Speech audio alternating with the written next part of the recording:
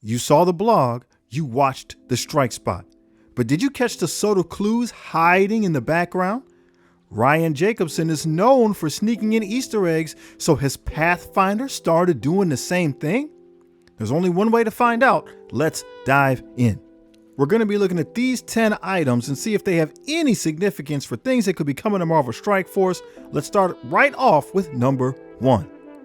The cube that we see resting on the mantle reminds me of Loki. Loki and the Tesseract kind of become inseparable when you think of the Marvel Cinematic Universe.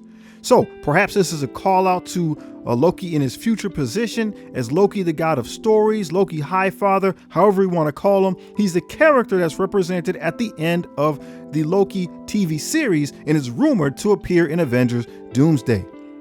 However, when we take a closer look at that cube and the colors that's in it, it reminded me of a different Marvel character, a different Marvel villain. In this case, the Magus. The Magus is the dark side or the evil version of Adam Warlock. The Magus trying to obtain power for himself, got a hold of the Infinity Gauntlet, knowing that Thanos had already been defeated. He said, how can I up my game? How can I increase my power? And so the Magus obtained the Cosmic Cube to assist him in his endeavors.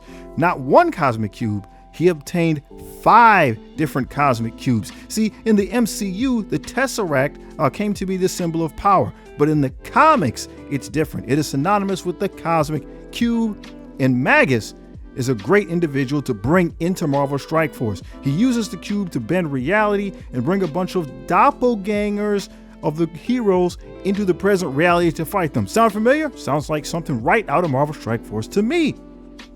Item number 2 is a Funko Pop of the Vision. Now I think that might be an indicator to Avengers West Coast.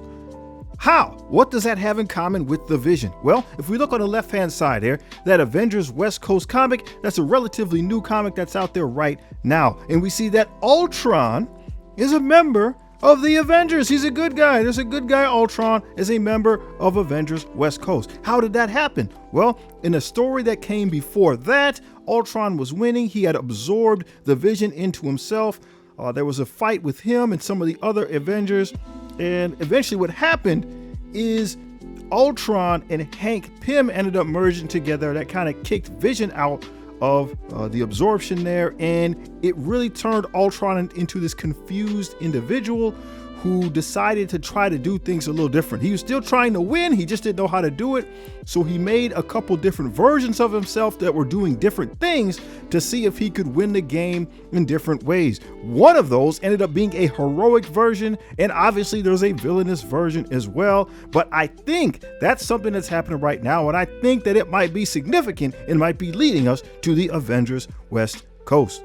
Item number 3 is that Hulk lunchbox. Now, it could just be that the Incredible Hulk is one of Pathfinder's favorite characters, or it could be a secret message.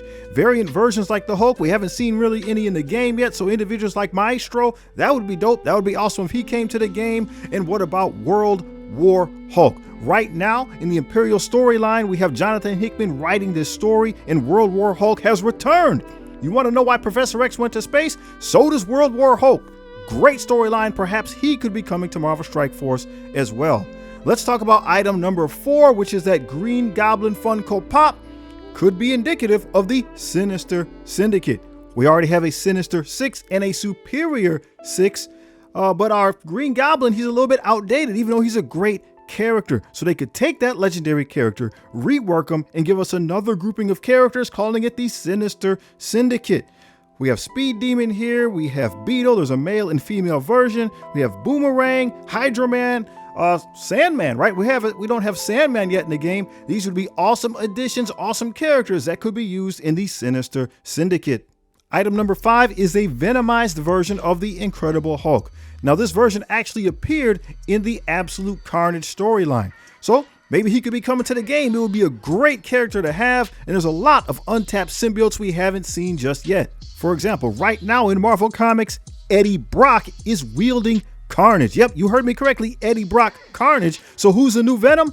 Interestingly enough, the new Venom is Mary Jane Watson. Yeah, I know it's crazy, but once again, there are so many other symbiotes that we haven't even seen yet that would make great additions to Marvel Strike Force. Perhaps Mr. Venomized Hulk is just a placeholder for the Venomverse coming to Marvel Strike Force. Item number 6 is the Hammer of Thor. Thor, an iconic character for sure.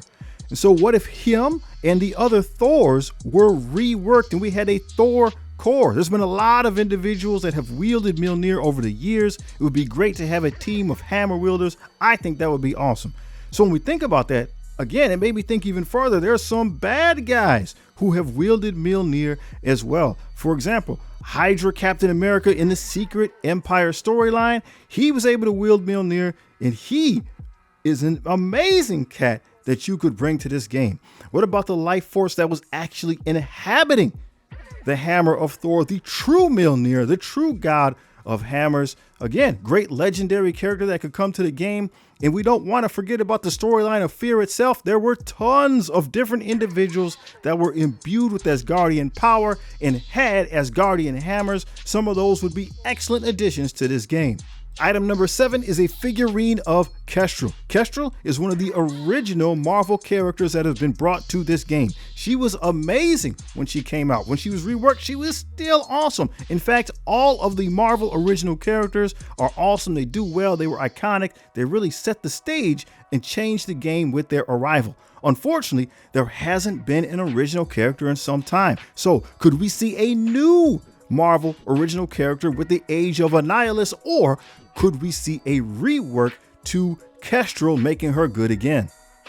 I believe that item number 8 is also a member that we already have in this game, being Ronan. Now, I'm not 100% sure. Please correct me in the comments below, but I think it is Ronan without the hood on.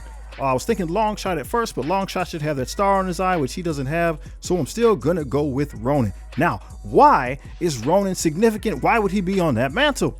Well, let's not forget that Hawkeye Season 2 did get approved from Disney Studios. Now, it's going to be a little while, right? It's going to be some time before that comes out, but perhaps it's already on the board. And so perhaps Marvel Strike Force has decided when that happens that maybe both Hawkeye and Ronan will be part of the reworks when that team comes out. Very interesting stuff. I want to know what your thoughts on this matter is. Item number 9 is a Funko Pop of Captain America. And I believe that that version is of Cap with the quantum suit from Avengers Endgame. Now, I think it's just there to remind us that Captain America is a staple of this game. Whenever he falls out of the meta, they will find a way in the future to reintroduce him and make him great again. And so to close things out, that brings us to item number 10, that comic book that was behind Pathfinder's head. It is indeed Fantastic Four #1 of the manga verse. Now, I had a really difficult time finding this. I just couldn't, right? I couldn't figure out what comic book it was. I couldn't track it down. So I just asked, man. And Pathfinder was like, it is Fantastic Four #1 from the manga verse. It does indeed look like it matches up. The lettering looks the same. The blue stripe on the left looks the same. So I believe that is indeed the comic book. Now, if we notice right there on the cover, we see Annihilus. So it might just be an homage and a shout out to him. The other picture of Annihilus there, according to the wiki page, this is what he looked like in one of the issues. So this could indeed simply be a shout out to Annihilus, since we are indeed in the age of Annihilus and dealing with the Fantastic Four in this time of the game. But I did find a deeper cut inside the comic. It said that the main antagonist was the sister of the Black Panther, who was that time period's Dr. Doom, and that is the individual who was causing all the problems. Shuri Doom? Now, this isn't what she looked like. I made this one up. This is AI generated, but still, man, it's an interesting concept, and it's timely because coming up this fall, we do indeed have the Eyes of Wakanda coming out on Disney Plus. I do indeed expect a Wakanda themed team sometime later this year. So those are my 10. I want to know what you think. Are any of these right on? Are these all wishful thinking? What's actually going on? Are there Easter eggs hidden in the Strikebot video? I think so. I don't think they do anything by accident anymore. They're always doing something on purpose. But let me know what you think in the comments below. Peace.